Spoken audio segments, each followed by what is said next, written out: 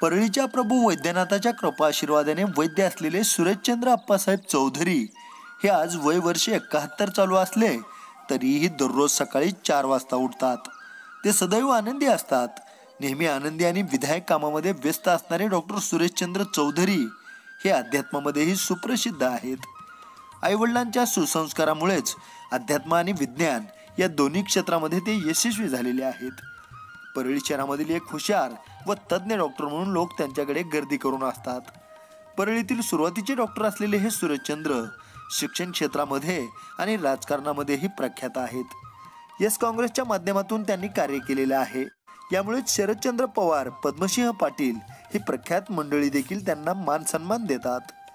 कोरोनाच्या काळामध्ये तर त्यांनी रुग्णांची केलेली सेवा ही खरोखरच अविस्मरणीय अशी आहे।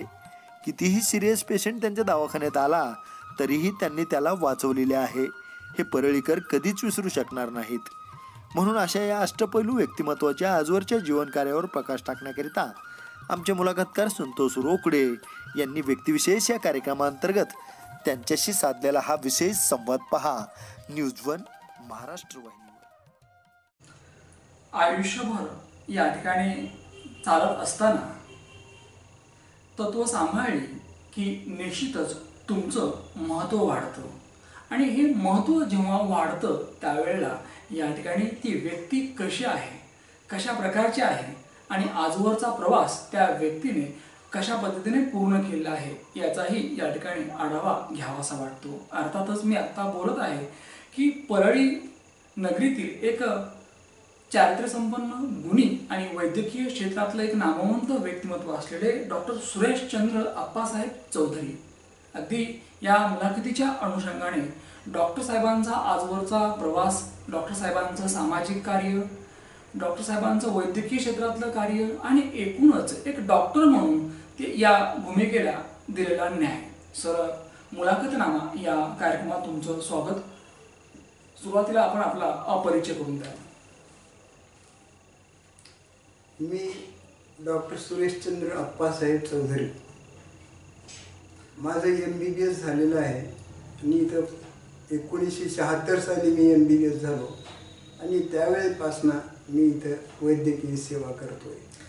सर, मागच्या अनेक वर्षापासून या परळी नगरीमध्ये रुग्णांची आपण सेवा करतायत। अगदी माफक आपले दर असतात आणि बऱ्याच वेळेला त्या रुग्णांची परिस्थिती पाहून आपण फीस सुद्धा घेत नाहीत। अगदी मागच्या कोरोनाच्या काळात सुद्धा जे आपण कार्य केलं तेही उल्लेखनीय आहे।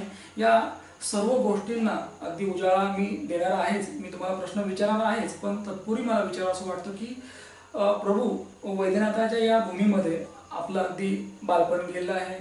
तुमचे वडील, आई यांनी तुमचा चांगला सांभाळ केला। काय सांगाल नेमकं की अशा या पुण्यवंत पावन भूमीमध्ये कशा प्रकारे अगदी तुमचं बालपण गेलं?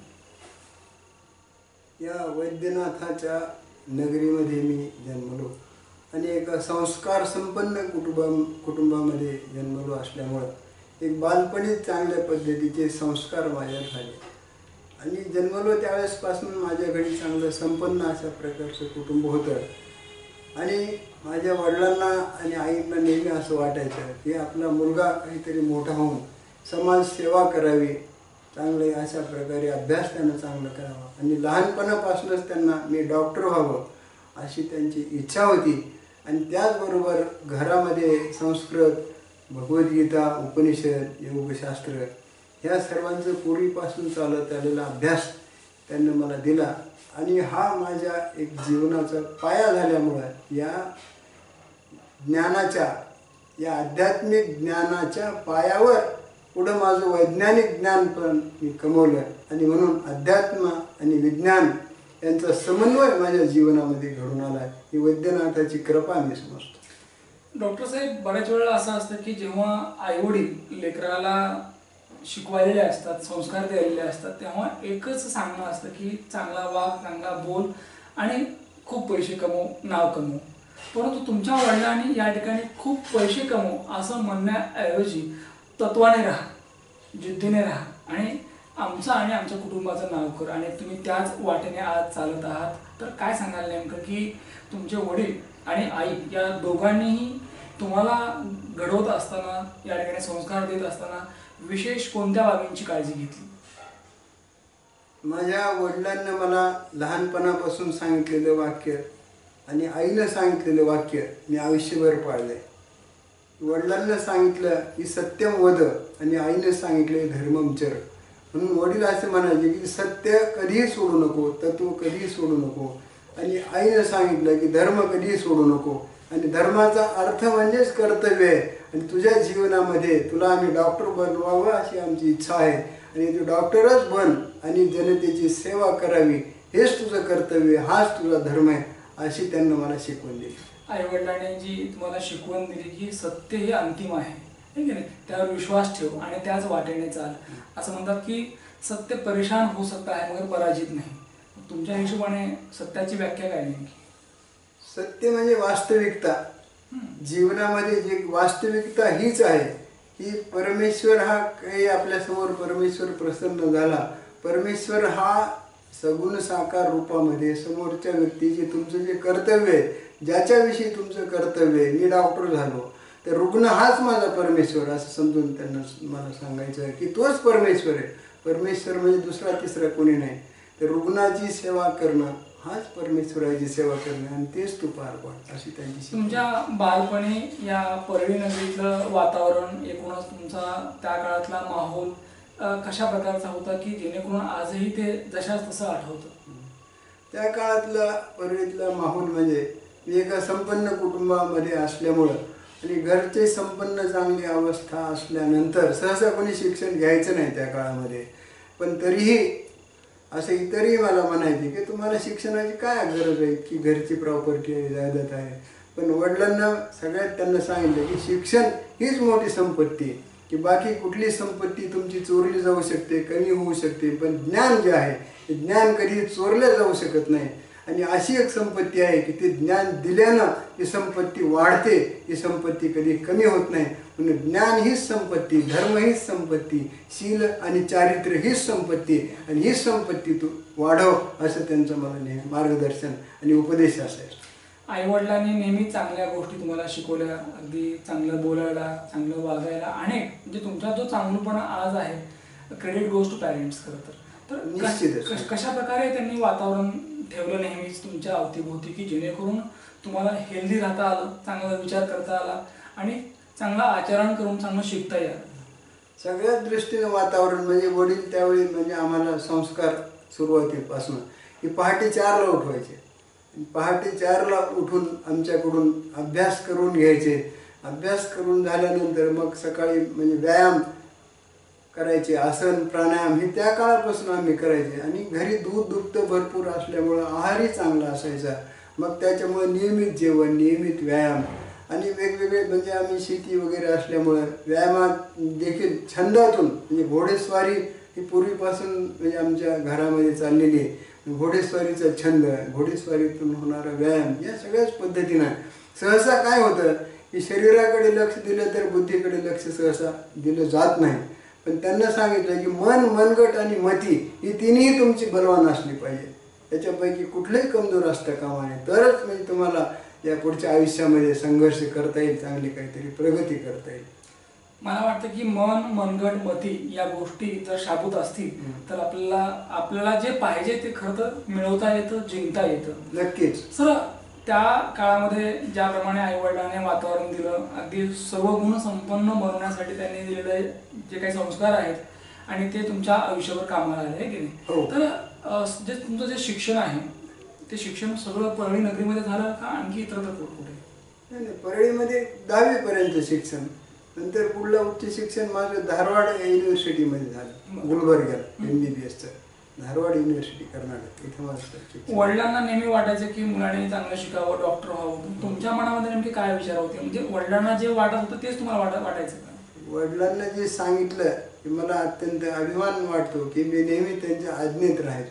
त्यांना जर सांगितलं लहानपणी की तू इथं बस अभ्यास करीत मी येईपर्यंत, तर मी अक्षरशः तिथंच बसायचं. दुसरं काही जरी काम असलं म्हणजे बोलवलं तरी सांगितलं मी सांगायचं. हे मी अगदी पाळलेलं आहे. म्हणून नियमितपणा, आज्ञेत राहणं हे सगळं मी लहानपणापासून एकीकडं अगदी शेती होती, घरी वातावरण अगदी चांगलं आहे की नाही, आणि त्याचबरोबर अगदी शिक्षण. या शिक्षण घेत असताना कधी मग शेतीकडे किंवा त्या वातावरणामध्ये मिक्सअप व्हायला आवडायचं का? हो, शेतीत मला आवडच आहे. शेतीमध्ये मी जायचो त्या काळामध्ये देखील. आणि शेतीमध्ये मला अभिमानानं सांगावं वाटते की शेतीतले सगळे कामं मी करू शकतो. चालवणं, नांगर आणणं, पेरणी करणं, आणि जनावरांची आवड लहानपणापासूनच असल्यामुळे घोडेस्वारीचं आहेत, बैलांची अशा प्रकारे मला सगळीच वाटतं आवड. की पुस्तकाशी जी असलेली नाळ होती तितकीच नाळ अगदी शेतीबरोबर होती. अगदी सगळं तितकीच ना, कारण आम्ही मूळचे शेतकरी, निश्चित. त्याच्यामुळं शेतीची आवड लहानपणापासून आहे.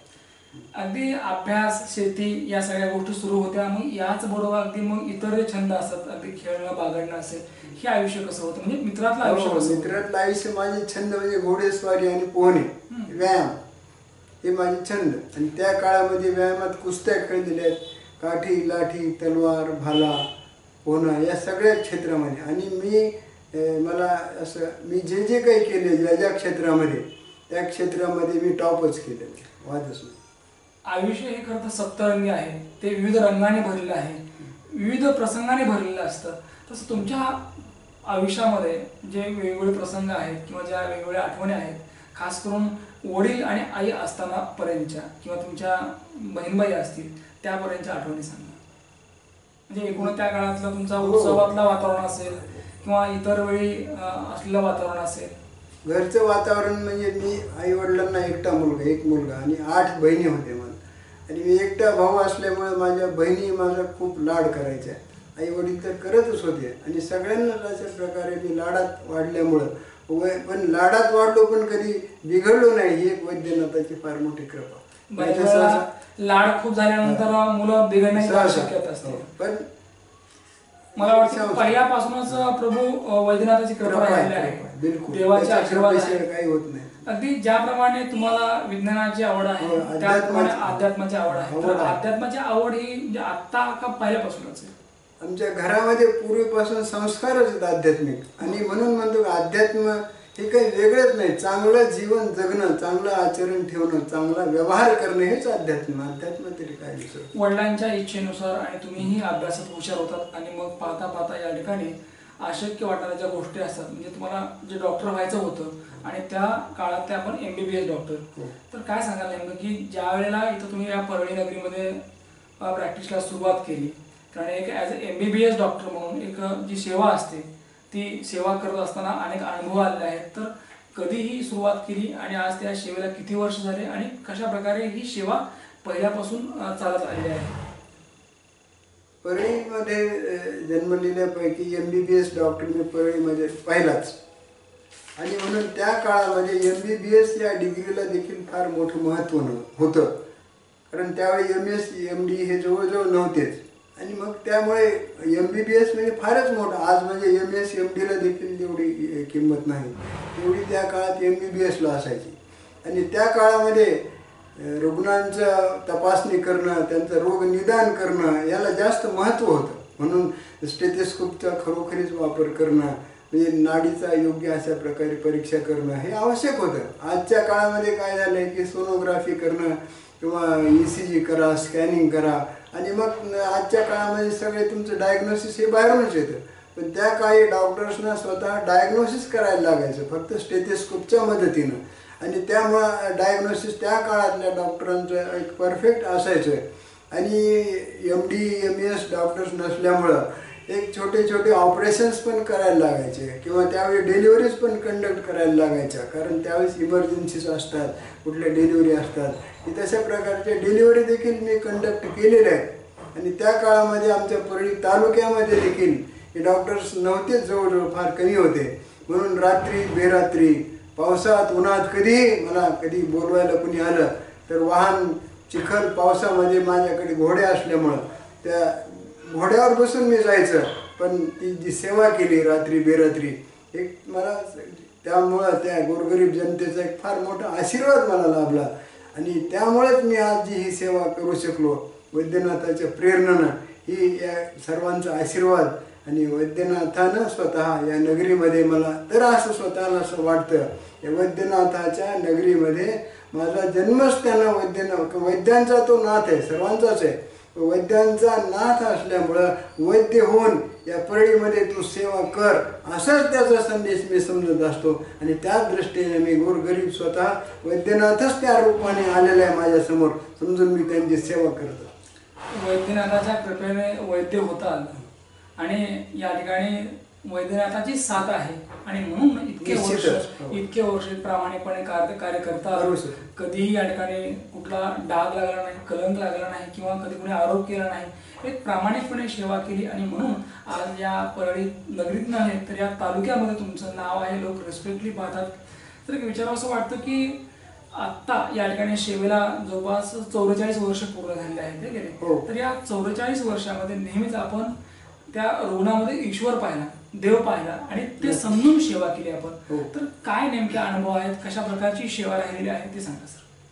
सेवेमध्ये माझ्याकडे असे गोरगरीब वर्ग खूप यायचा. कधी कुणाकडे पैसे असायचे नसायचे, तर कुणाकडे पैसे नाहीत म्हणून मी आयुष्यामध्ये कधीही कुणाला वापस पाठवलं नाही. व्रतच घेतलं होतं किंवा वडिलांना सांगितलं, आईनं सांगितलं की पैसे नाहीत म्हणून असं तू कधी अशा प्रकारे ट्रीटमेंट केलेली नाही, असं कधी होऊ नये.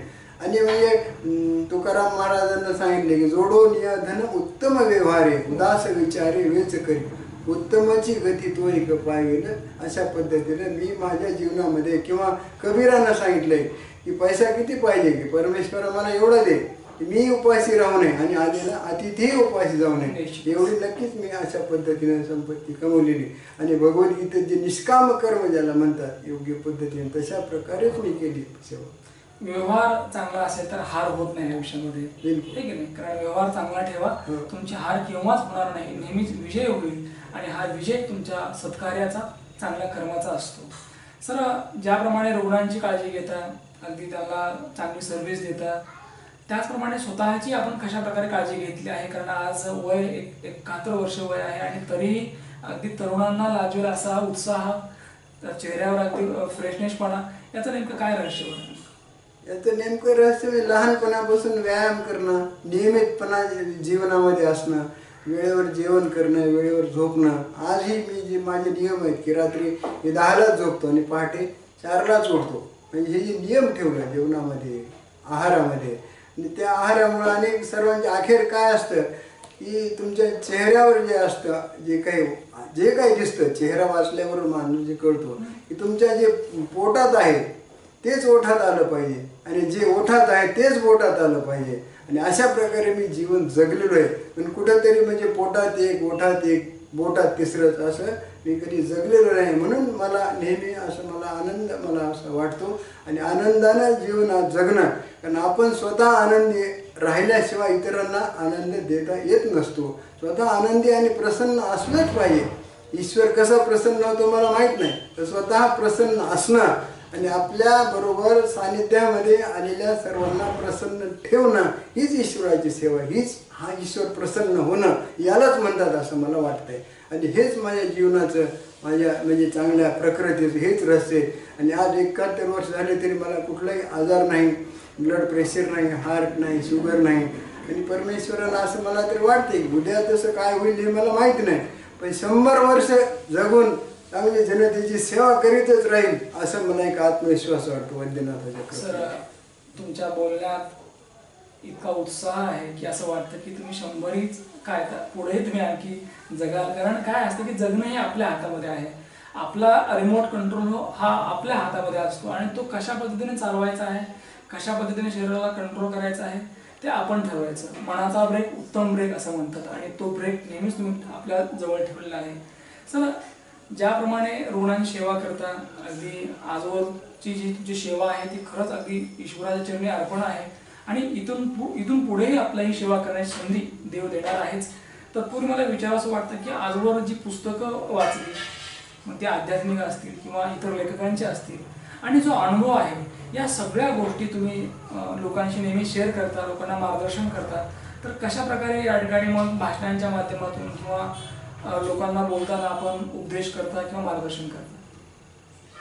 उपदेश म्हणजे सगळ्यात पहिले की ज्या पद्धतीने आपण जीवन जगतो तोच महत्त्वाचा उपदेश असतो. कारण आपलं म्हणजे जीवन जगायचं वेगळं आणि बोलायचं काहीतरी वेगळं, मग त्याचा प्रभावही पडत नाही. त्या बोलण्यामध्ये वजनही नसतं आणि जीवनामध्ये सत्याचं आचरण करणं, जे की आज कालबाह्य झालेलं आहे. दिलेला शब्द पाळणं, हे सगळ्या कालबाह्य झालेल्या ज्या गोष्टी त्या मी पाळल्या आणि त्याच्यामुळेच मला एक सामर्थ्य, मला एक शक्ती मिळते की काय नाही, आपली जी तत्व आहेत आपण कधी आपले तत्वाच्या बाबतीत तडजोड करायचं नाही, आपण कधी विकला जायचं नाही, हे मी पाळलेलं आहे. म्हणूनच माझ्या म्हणजे मला एवढं नेहमी म्हणजे असं सहसा काय कधीच मी असं बोर झालो असं मला कधीच होत नाही आणि किती काम केलं तरी मला थकवाही कधी वाटत. असं म्हणतात की वक्त ही कितना लगता है वक्त बदलने को, कारण वेळ अशी एक गोष्ट आहे की जी वेळ तुम्हाला अनेक गोष्टी दाखवते, शिकवते आणि आयुष्य बदलून टाकते. अगदी वैद्यकीय सेवेमध्ये अगदी प्रामाणिकपणे कार्य सुरू असताना कधी काही मग राजकारणामध्ये इंटरेस्ट वाढला आणि राजकारणात आलात. बऱ्याच गोष्टी, बऱ्याच घडामोडी घडल्या. एक अभ्यासू राजकारणी म्हणून तुमच्याकडे लोक बघतात, कारण हल्ली राजकारणात येणं म्हणजे फक्त जे पाहतो आपण ते त्यावर भाष्य करायची गरज नाही आहे. पण तुमच्या काळातलं तुम्ही केलेलं राजकारण आणि तुमची जी ओळख झाली एक अभ्यासू प्रामाणिक राजकारणी, तर का राजकारणामध्ये यावंसं वाटलं आणि कशा प्रकारे तिथलं तुमचं करिअर राहिलं? मी परळीमध्ये 76ला प्रॅक्टिस सुरुवात केली आणि त्यानंतर 80-81च्या काळामध्ये की माननीय शरदचंद्रजी पवार साहेब इथं परळीमध्ये आले आणि त्यावेळी त्यांना यस काँग्रेसची स्थापना केलेली होती आणि नवीन असे कार्यकर्ते ते जोडत होते. ते डॉक्टर पद्मसिंह पाटील वगैरे आले आणि परळीमध्ये त्यांनाही माझ्याविषयी चांगलं एक अशा प्रकारे नाव वाजलेलं आहे, डॉक्टर आहे, सगळे चांगले संबंध आहे म्हणून. आणि रघुनाथराव मुंडे त्यावेळेस इथं आमदार होते, ते म्हणजे अत्यंत चारित्र्य संपन्न होते आणि त्यांनीही मला सांगितलं की ठीक आहे, प्रॅक्टिस करत करत मग राजकारणामध्ये देखील तू अशी सेवा करावी असं त्यांना वाटलं. आणि म्हणून मी त्यावेळी परळीमध्ये यस काँग्रेसची स्थापना करून यस काँग्रेसचा मी अध्यक्ष होतो आणि त्याच्यामुळं माझ्या वैद्यकीय सेवेमध्ये मध्यंतरी थोडासा खंड पडला. मग राजकारण, समाजकारण हे करत असल्यामुळं आणि पुन्हा पुन्हा अध्यात्माची आवड, व्याख्यानं देणं, बहिशाल व्याख्यान मालेचा मी व्याख्याता होतो म्हणून व्याख्यानं, आध्यात्मिक प्रवचनं आणि राजकीय भाषणं ही मी तीनही केलेली आहेत आणि चांगल्या पद्धतीनं मी अशा प्रकारची भाषणं करत होतो आणि म्हणून अशा प्रकारे राजकारणात माझा प्रवेश झाला. आणि त्या काळामध्ये यस काँग्रेसचं या रेणापूर मतदारसंघाचं तिकीट मला निश्चित झालं होतं, पण एक पुलोद आघाडी त्यावेळी स्थापन झाली आणि त्या आघाडीमध्ये यस काँग्रेस आणि भारतीय जनता पक्ष, भाजपा त्यावेळी भारतीय जनता पक्ष म्हणायचे, आणि हे एकत्रित आल्यामुळं की त्यावेळी म्हणजे मुंडे साहेबांना ते तिकीट मिळालं आणि म्हणून त्यावेळी मी त्या पुलोद आघाडीचा त्यांचा प्रचार प्रमुख म्हणून मी कार्य केलं. पण निवडणूक झाल्यानंतर मी काँग्रेसमध्येच राहिलो. त्यांना मला खूप मुंडे साहेबांना तिकडे BJPमध्ये या म्हणून मला बरंच पाचारण केलं, पण मी एक तत्व ठरलेले होते की मी काँग्रेसमध्येच जन्मलो आणि काँग्रेसमध्येच मरणार असं मी ठामपणे त्यांना सांगितलं आणि मी माझी तत्व राजकारणात पण पाळली आणि कधी कधी विकलो गेलो नाही. असं म्हणतात की जो हुआ अच्छा हुआ, जो होगा वही अच्छा होगा, कारण जे होतं ते चांगल्यासाठीच. कधी काळी अगदी तुम्हाला तिकीट निश्चित झालं होतं, निवडूनही आला असत आणि आमदार होऊन पुढचं राजकारण वेगळं झालं असतं, परंतु असं म्हणतात की तुमच्या नशिबामध्ये किंवा नियतीने ज्या गोष्टी ठरवल्या असतात त्याच्या पलीकडे काही करता येत नाही. फक्त एक करता येतं की तुमची तत्व सांभाळून ठेवा आणि तुम्ही ती नेहमीच सांभाळून ठेवली आणि म्हणून आजही तुम्ही काँग्रेसमध्येच आहात. कारण एक तत्व असतात, एक दिशा असते, एक प्रवास असतो आणि त्याच प्रवासाने गेलेलं कधीही योग्य असतं. अनेक आमिषं आली किंवा अनेक पदांच्या अनेक गोष्टी आल्या, पण तुम्ही कधीही त्याला अगदी शरण नाही गेलात किंवा तुमचा मार्ग तुम्ही नेहमीच अगदी पक्का ठेवला. सर, विचार असं वाटतं की आयुष्यभर एक सुंदर जीवन आपण जगलात, खरं तर अगदी कधीही कॉम्प्रोमाइज केलं नाही, एक प्रामाणिकपणे आपण जीवन जगलात, तर काय सांगाल नेमकं की हे असं जगणं प्रत्येकाच्या नशिबात नसतं, पण तुम्ही जगलात ते? हे असं जगणं म्हणजेच ही आयुष्याची मोठी संपत्ती समजतो मी. समाजकारणामध्ये मी वैद्यनाथ महाविद्यालयाचं 25 वर्ष सरचिटणीस होतो शैक्षणिक क्षेत्रामध्ये. इथं संगमेश्वर शिक्षण संस्था म्हणून स्थापन केली, संस्थापक अध्यक्ष मी आहे त्या संस्थेचा. 3 ठिकाणी इथं त्या हायस्कूल चालतात. या सगळ्यामधून त्यावेळी असं मला म्हणायचे किंवा काही लोक असं म्हणायचे की एवढ्या संस्था तुमच्या आहेत आणि तुम्ही काही कमवलेलं नाही. त्यावेळी त्यांना मी असं म्हणायचे की तुम्ही जी कमवलेली संपत्ती ती तुम्ही इथंच सोडून जाणार आहे, पण मी कमवलेली संपत्ती माझ्या बरोबर येणार आहे. कारण आपले कर्म आणि त्या कर्माचे संस्कार हीच फार मोठी संपत्ती असते. भगवद्गीतेची शिकवणच ती आहे. कारण अशा प्रकारे असं म्हटलेलं आहे की कर्मण्येव अधिकारस्ते मा फलेषु कदाचन, किंवा ईशावास्य उपनिषदामध्ये कुर्वन्नेव कर्माणि जिजीविषे शतं समः एवं त्वयि नान्यत् हेतु असते न कर्म लिप्यते नरे. जोपर्यंत तुम्ही जिवंत आहात 100 वर्षापर्यंत मी जगीन आणि अशा प्रकारे चांगल्या पद्धतीचं कार्य मी करत राहील, ही मी वाचन केलं जी शिकवण होती आणि जीवनामध्ये मी पाळली. आणि परमेश्वर कृपेने इथून पुढे मी जोपर्यंत आहे तोपर्यंत हीच शिकवण पाळत राहणार. मला वाटतं की आपण जेव्हा मृत पावतो आणि जर कोण पैसे घेऊन जायचा प्रयत्न करत असेल तर एम सांगत असेल की sorry sir, rupees are not allowed here. आणि निश्चितपणे, कारण मेल्यानंतर काही घेऊन जायचं नाही, जातं ते फक्त आपलं तत्व, आपले विचार, आपलं कर्म. सर, या ठिकाणी आयुष्यभर जे कार्य केलं ते कार्य अगदी कौतुकास्पद आहे. या तालुक्यात तुमचं नाव आहे, लोक तुमचं कौतुक करतात की व्यक्ती कशी असावी किंवा आचरण कसं असावं, ते अगदी तुमचं उत्तम उदाहरण आहे. हे सगळं करत असताना तुम्ही तुमच्या कुटुंबाला दिलेला वेळ, कशा प्रकारे कुटुंबाकडे तुम्ही लक्ष दिलं आणि तुमची मुलं मुली यांचंही अगदी चांगलं झालं. मी असे सेवा करत असताना कुटुंबाकडे कधी दुर्लक्ष होऊ दिलं नाही. कारण कुटुंब चालवण्यासाठी अत्यंत लागतं काय विशेष, आणि घरी माझी शेतीवाडी आणि म्हणजे मला योग्य लागणारा तेवढा पैसा येत असल्यामुळं कुटुंब देखील माझं समाधानी आहे. आणि घरामध्ये अशा प्रकारे चांगल्या पद्धतीचं वातावरण असल्यामुळं आणि त्याच्यामुळं सगळं वातावरण चांगलं असल्यामुळं जे की आवश्यक असतं कुटुंबामध्ये. आता घरी साधारणतः जे असते की सासू सुनेचे संबंध ते सगळे अत्यंत आमच्या घरी आमची मंडळी आमच्या सुनेला अगदी म्हणजे मुलीसारखं वागवते. आमच्या 2 सुना आहेत त्या देखील माझ्या मंडळीला आईसारखं वागवतात. आणि मी एवढंच म्हणेन की शुद्ध बीजापोटी फळे रसाळा बोलतो, ठीक आहे सर. अगदी एक विशिष्ट वय असतं 30-40, या वयामध्ये एखाद्या प्रसंगात लढणं स्वाभाविक असतं. परंतु जेव्हा वय तुमचं 70 क्रॉस करतं आणि तुम्ही एखाद्या वाईट प्रसंगात लढता तेव्हा खऱ्या अर्थानं तुम्ही योद्धे असता. मागच्या कोरोनाच्या काळामध्ये आपण ज्याप्रमाणे या परळी नगरीतील या तालुक्यातील लोकांची, रुग्णांची सेवा केली, त्या अनुषंगाने मी सांगेल की लोक काही म्हणून, लोकांची भावना विचार काही असो, परंतु आमच्या दृष्टीने, माझ्या दृष्टीने आपण खरे कोरोना योद्धा आहात. तर त्या काळामध्ये आपण कशा प्रकारे सेवा केली ते अनुभव सांगा.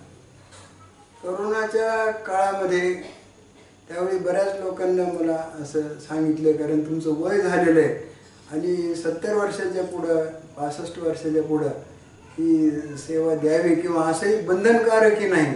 पण तरी असलं तरी मी त्यांना सांगितलं त्यावेळी सगळ्यांना की म्हणजे कायद्यानं बंधनकारक नसेल, पण माझे जे तत्व आहेत त्या तत्वाला मी बांधलेलं आहे.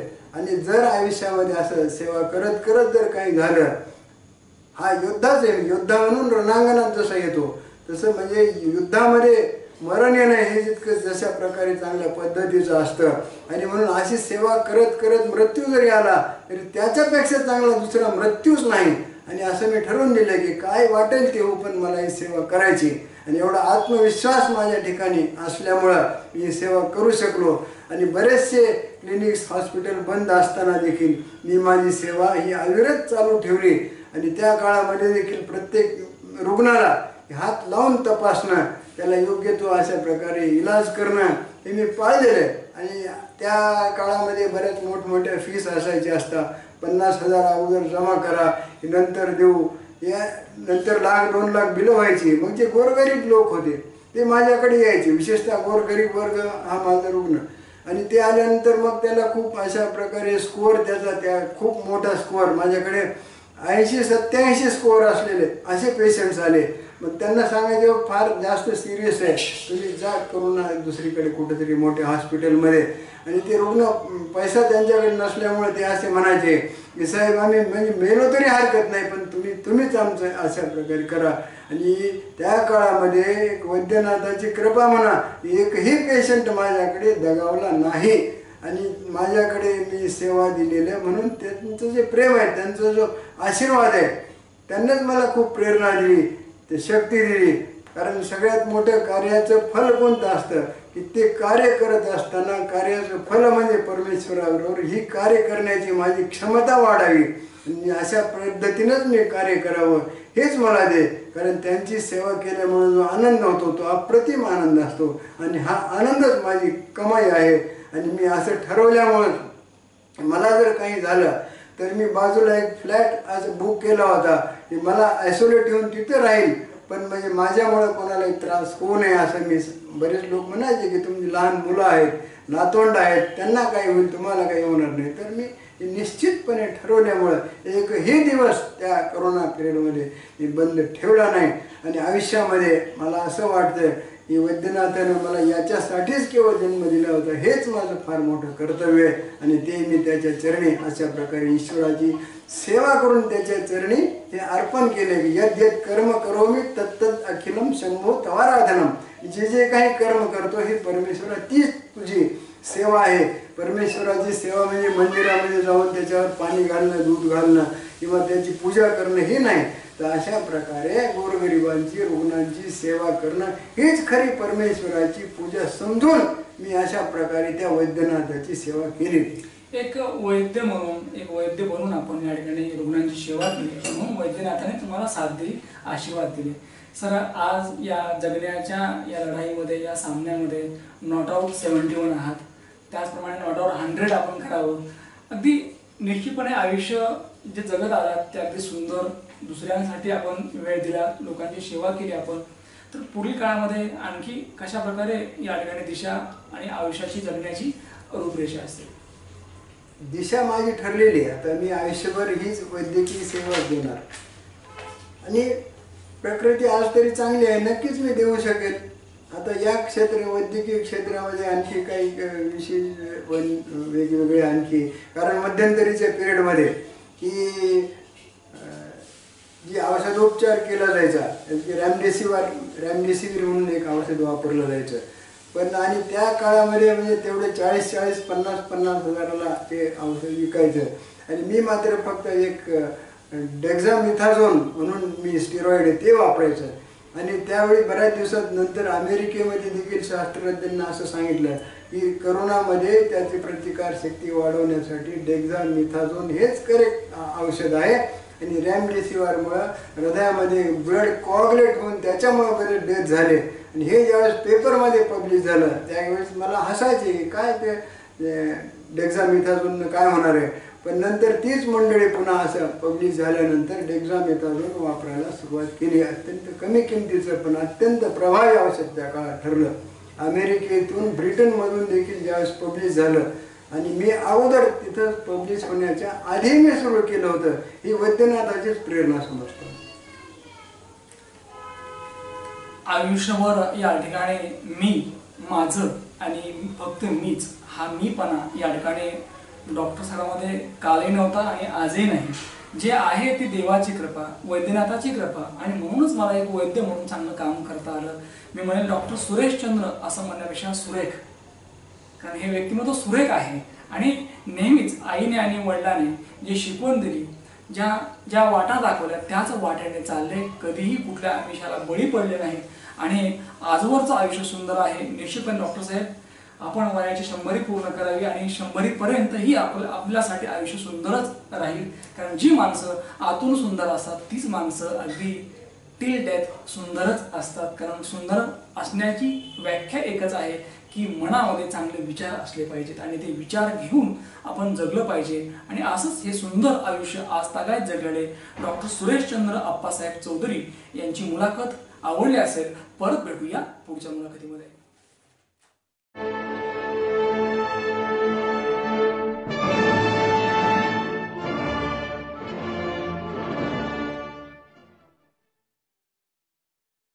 महाराष्ट्रातील लोकप्रिय मराठी वाहिनी न्यूज1 महाराष्ट्र. लाईक करा, शेअर करा, सबस्क्राईब करा. न्यूज1 महाराष्ट्र.